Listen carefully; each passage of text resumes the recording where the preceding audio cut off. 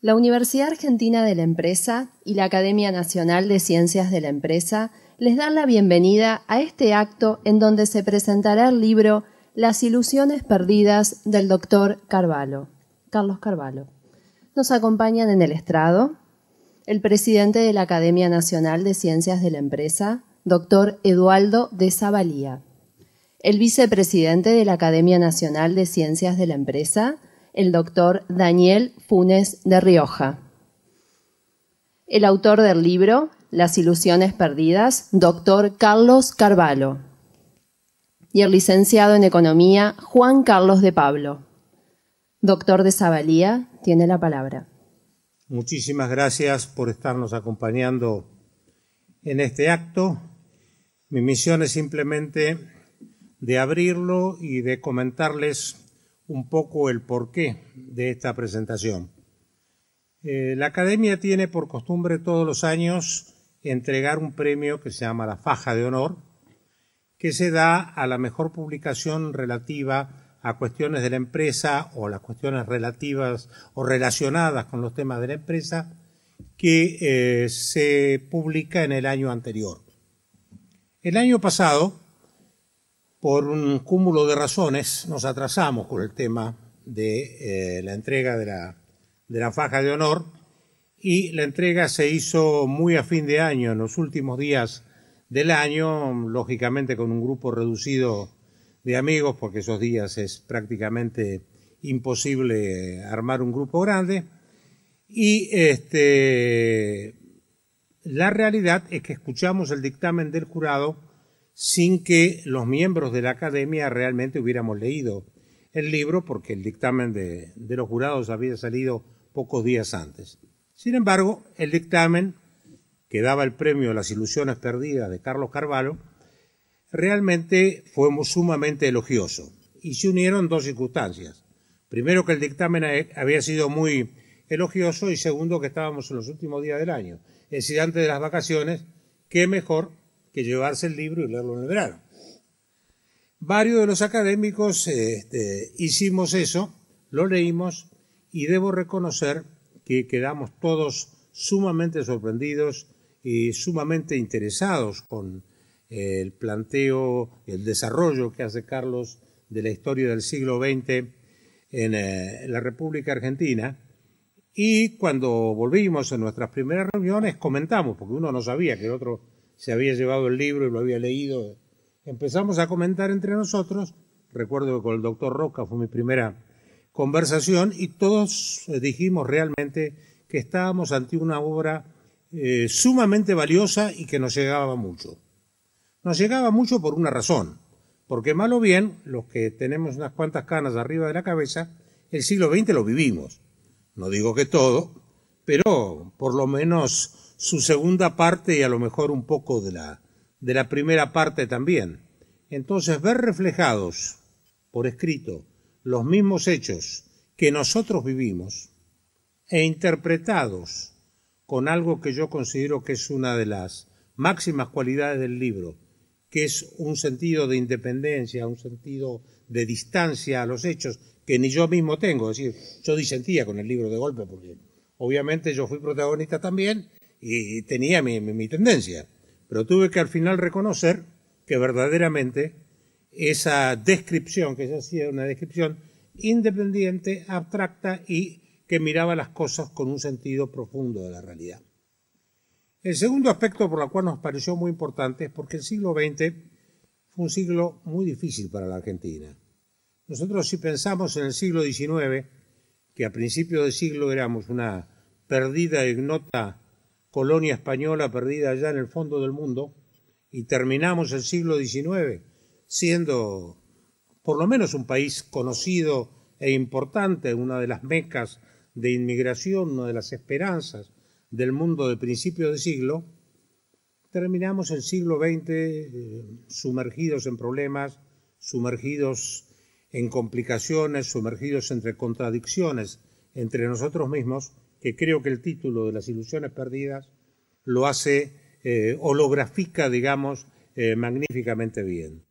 Por eso nos pareció que esto merecía que hiciéramos hoy una presentación mucho más formal y le diéramos la oportunidad a Carlos para extenderse sobre su pensamiento, las razones que lo llevaron a describir el siglo XX de ese modo y sus conclusiones, inclusive tal vez superando la barrera del siglo y relacionándolas un poco con lo que ocurre actualmente, y a su propia sugerencia, que según dice el interesado fue un error, lo invitamos a Juan Carlos de Pablo para que hiciera el comentario de la exposición de Carlos. Entonces Juan Pablo me dice, bueno, pues yo en algunas cosas no estoy de acuerdo con él. Digo, no importa, va a ser mucho más divertido. En consecuencia... No, dije una cosa peor. Bueno, ahora voy a aclarar. Déjame que yo dé una versión light. Nos pareció que esto iba a ser realmente muy interesante y que escucharlo a Carlos y escucharlo a Juan Carlos nos iba a gratificar, nos iba a aumentar nuestro conocimiento, nuestra experiencia, íbamos a aprender, y eso creo que es importante en todo tiempo y en toda época. Así que le voy a dar la palabra a Carlos para que él empiece con su disposición y después vos vas a dar también todas las aclaraciones y cosas persiguientes. Muchas gracias a todos y Carlos, todo bueno, voy a tratar de hacer una historia larga lo más corta posible, pero digamos que el libro se titula como se titula porque todos nos acordamos de que los argentinos allá por todavía 1950 y aún bastante después estábamos convencidos de que teníamos una posición muy especial en América Latina y en el mundo. Y nos va dando trabajo darnos cuenta de que esa posición ya no está.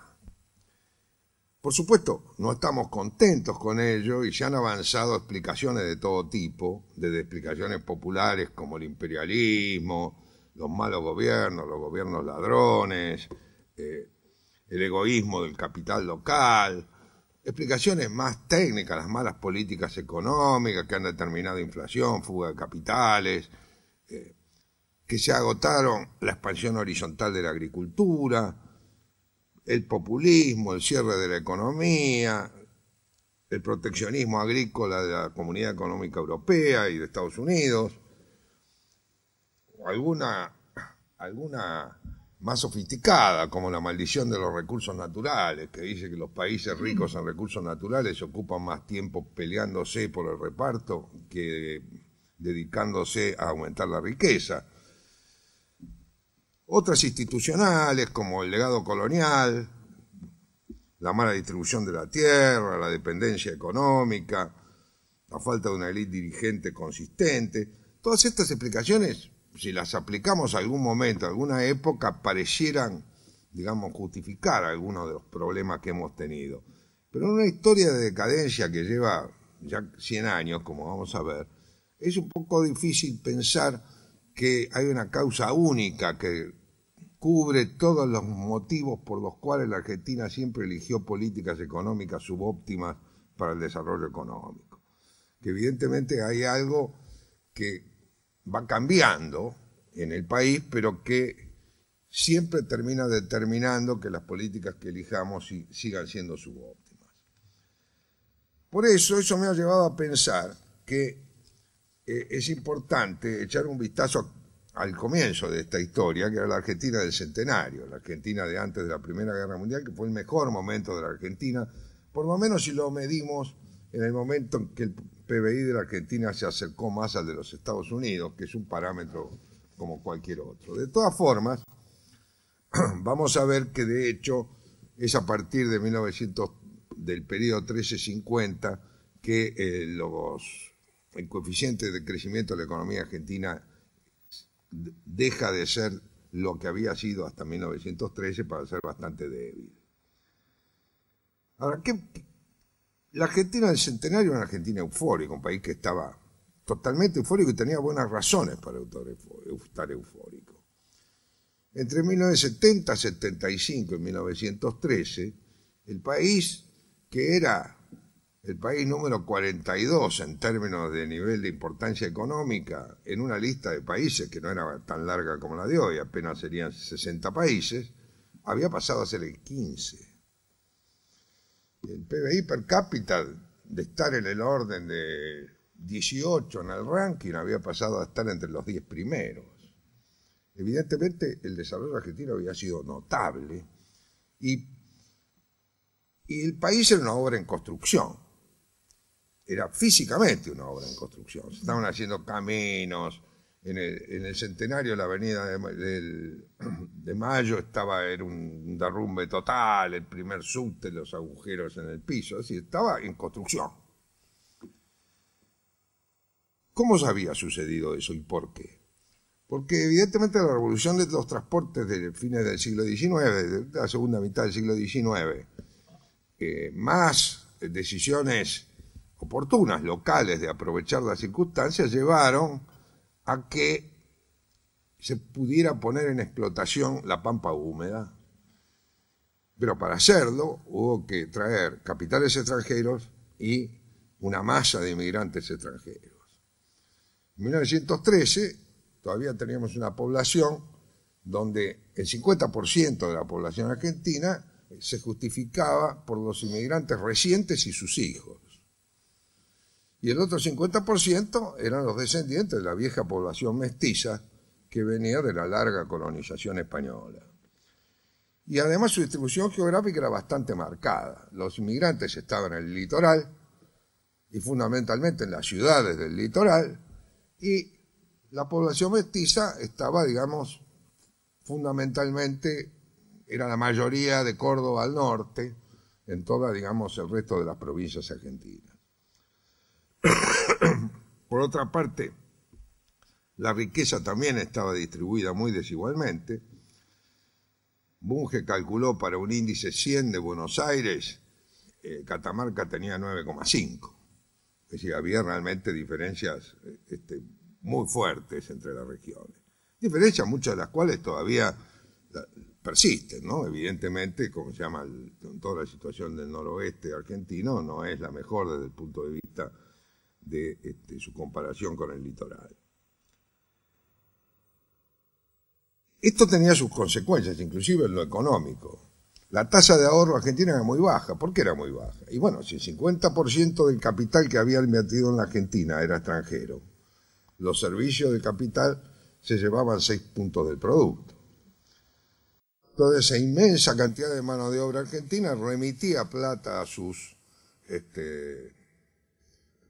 afiliados, un fenómeno conocido, la remisión de inmigrantes, y eso significaba, nadie sabe bien porque las estadísticas estos son barrosas, pero algo parecido a 3 puntos del producto. Evidentemente un país que está girando 9 puntos del producto al exterior, es muy difícil que le quede espacio por una tasa de ahorro muy alta. Sobre todo para hacer frente a la inversión de la época, que estaba arriba del 35% del producto, porque este crecimiento se había hecho con inversión. Esto obligaba a que para continuar el proceso de inversión hacía falta nuevos ingresos de capitales. Este era el equilibrio y una de las patas, digamos, débiles de la situación vigente.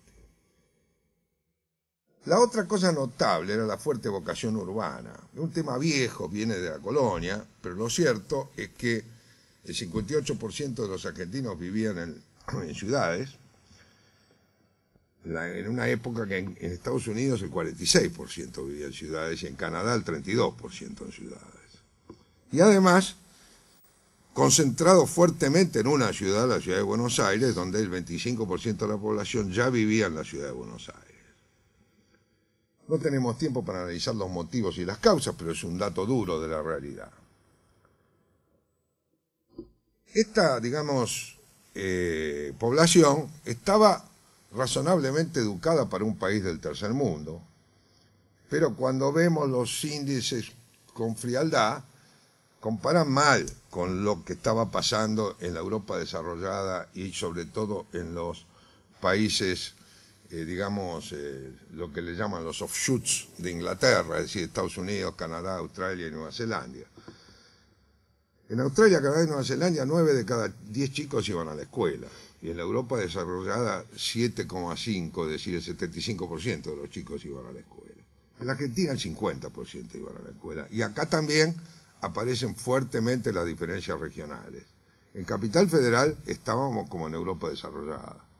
Y en Catamarca, digamos, seguramente como los demás países en desarrollo.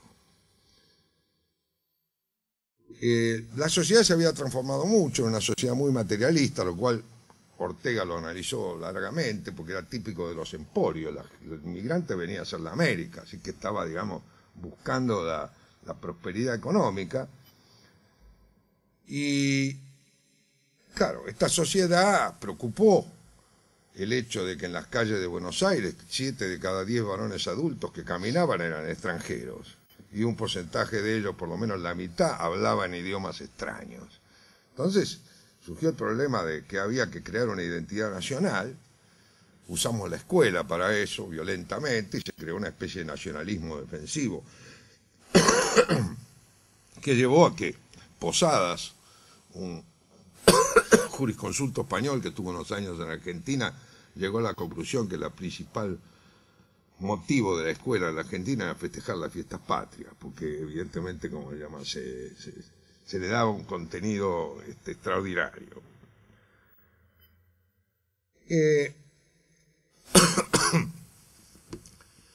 Esta época ha sido criticada por el hecho de los grandes terratenientes, que lo sabía.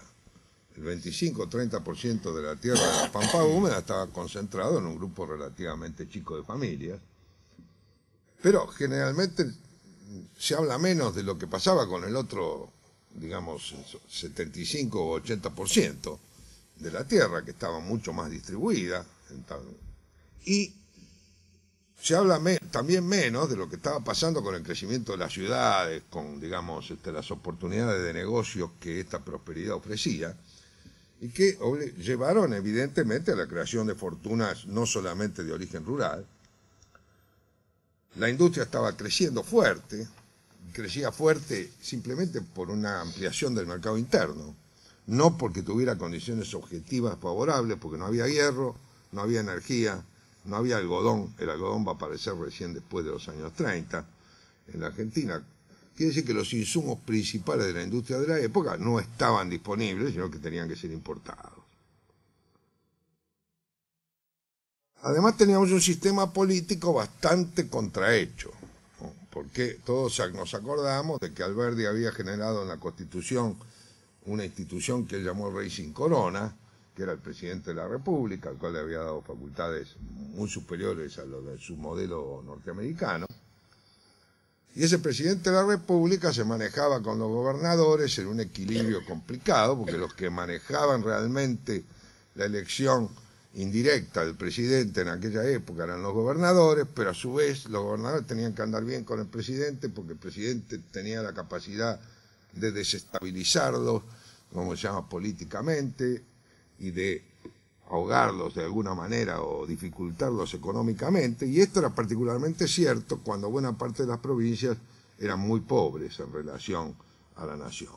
No era tan cierto respecto a las provincias más ricas. Este sistema,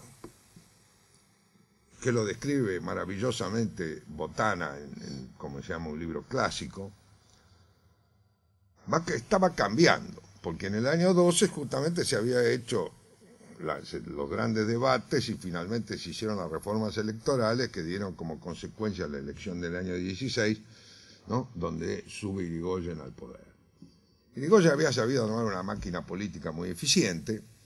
Tuvo la suerte que el 16 fue un año de una depresión terrible en la Argentina, lo cual seguramente debe haber dificultado, como se llama, que el oficialismo gane las elecciones. Tampoco las perdió por tanto en esa primera oportunidad. Pero lo interesante es un debate que se da entre Indalecio Gómez y Julio B. González, donde Julio B. González decía que la ley tenía que establecer que se eligieran los diputados por jurisdicción, diputados uno por uno. Y la oposición oficial que la defendía Gómez, que era el ministro del Interior, era que los diputados había que elegirlos por listas completas. En realidad era lista incompleta, pero de todas maneras era una lista para cada jurisdicción. Esto resultó fundacional, porque quien arma las listas y quien pone el poder termina definiendo, digamos, un sistema muy particular de un parlamento poco representativo, porque se pueden poner en las listas a cualquiera, porque lo importante es, como se llama, el partido que los pone y no la individualidad digamos, de cada uno de los candidatos que tienen que pelear contra otro en un escenario local. Y al mismo tiempo permite que los diputados no se sientan demasiado representantes de los intereses locales, porque están en el fondo, digamos, totalmente mezclados. Un ejemplo sería, ustedes se imaginan que un diputado de una zona rural acá tendría que tomar posiciones determinadas. Bueno, pues no hay diputados de una zona rural, hay diputados de la provincia de Buenos Aires o de la provincia de Santa Fe. Este era el sistema. El periodo de elecciones radicales no cambió demasiado porque siguieron siendo dos máquinas electorales. Lo único que sí cambió es que el viejo partido del PAN se cae a pedazos y lo que quedan subsistentes son las situaciones políticas conservadoras locales, pero no hay un partido fuerte nacional que herede, digamos, lo que fue el Partido Autonomista Nacional. Y aquí empiezan los primeros inconvenientes en la marcha de la Argentina, y el primero fue la Primera Guerra Mundial. Contrariamente a lo que siempre dijimos los argentinos, que las guerras nos vienen muy bien, las guerras nos vienen muy mal. La Primera Guerra Mundial nos vino pésimo. Se calcula que el PBI cayó algo parecido al 25%. ¿Por qué nos fue muy mal? No ingresaron capitales, con lo cual la inversión se paralizó. No había posibilidades de importar los productos que eran sustanciales para tener inclusive en marcha la misma industria. Había problemas de fletes que dificultaban las exportaciones agrícolas y en cambio, bueno, las ganaderas justamente anduvieron muy bien durante todo este periodo. Pero en definitiva, desde un punto de vista de liquidez, anduvo bien porque no se podía gastar, no se podía importar y no se importó. De manera que, digamos, se va a repetir el mismo fenómeno que en la Segunda Guerra Mundial. Pero lo cierto es que el país sufrió, dejó de crecer y dejó de invertir durante los años que duró la guerra. Después vamos a tener la crisis de posguerra, que fue muy fuerte la crisis de posguerra. La segunda crisis de posguerra se evitó en la Segunda Guerra Mundial con el Plan Marshall, pero la primera no hubo Plan Marshall, así que la crisis de posguerra pegó en Europa, pegó en Estados Unidos. Y entre el 22 y el 28 parecía que las cosas se habían reencauzado y habían vuelto, digamos, a un ritmo de normalidad. Lamentablemente no fue así, porque a poco andar vamos a tener la crisis del 30. Esta primera crisis que generó la Guerra Mundial puso en evidencia las dificultades del modelo, ¿no? Es decir, el modelo tenía esas dificultades y justo en ese momento hay dos problemas que se insinúan y que van a marcar el futuro. El primero es que efectivamente la expansión horizontal de la agricultura se acaba, las tierras aptas ya estaban totalmente ocupadas, y esto se ve claramente que el crecimiento de los ferrocarriles se detiene, porque ya no había dónde ir. Y la creación de un triángulo comercial con Estados Unidos. Hasta ese momento la Argentina importaba de Inglaterra, digamos, si nos ubicamos en 1900, y exportaba a Inglaterra y a Europa. Pero con los cambios en los usos del siglo, la aparición del automóvil, la electricidad, etcétera, Estados Unidos va adquiriendo cada vez más espacio en las importaciones argentinas e Inglaterra perdiendo espacio en las importaciones argentinas. Pero Estados Unidos no nos compra porque justamente es exportador prácticamente de las mismas cosas que la Argentina exportaba. Con lo cual se crea un problema que va a depender de que uno pueda usar libremente los recursos de la exportación a un país en el pago a otro país, cosa que no siempre es tan claro. A pesar de todo esto, la confianza en el modelo continuó, no aparecieron críticas demasiado agudas en la sociedad, la inmigración volvió a la Argentina, que se había interrumpido con la guerra, y a poco andar nos topamos con la crisis. La crisis llegó medio temprano a Argentina, ya en el año 28, fines del 28 empiezan a sentirse los problemas, y en el 29 ya fuertemente. Y bueno, en definitiva la crisis significó que los precios de exportación argentina cayeron el 61% y los de importación el 41%, porque fue una enorme deflación internacional. Internamente la deflación fue un poco menor. En materia de productos industriales no hubo deflación, y en materia de productos rurales fue del orden del 40 y pico %. Lo que quiere decir que el sector rural sufrió muy fuertemente el impacto de la crisis del 30.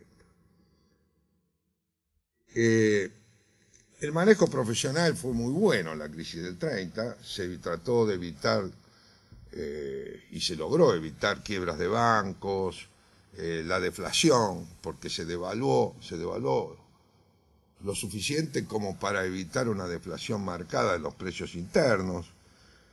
El tipo de cambio real se mantuvo en realidad estable con respecto a la libra esterlina, pero de todas maneras el proceso de deflación no se sintió tanto. Hubo que luchar para poder cumplir con la deuda externa. Argentina fue el único país que cumplió con latinoamericano que cumplió con los pagos de la deuda externa durante la crisis del 30, lo cual llevó a fuertes sacrificios y complicaciones de política económica. La actividad industrial va a seguir creciendo, pero no va a seguir creciendo a un ritmo mayor. Simplemente va a seguir creciendo cuando otras cosas se paralizan, en particular la construcción y, como se llama, el sector agropecuario, que va a quedar estancado. Cuando nosotros miramos el panorama, tomamos unas cifras que son de un estudio histórico de la CEPAL, que son las únicas que hay. La inversión per cápita en la Argentina en 1903 eran 14.000 pesos por habitante. En 1924, como consecuencia de la no inversión durante la Primera Guerra, van a ser 12.195. En 1930 se van a recuperar a 13.500. Y vamos a ver que al final de la Primera Guerra Mundial van a haber llegado a 11.400. Es decir, que hay un proceso de falta de inversión que podríamos decir abarca todo el periodo, pero que se hace particularmente agudo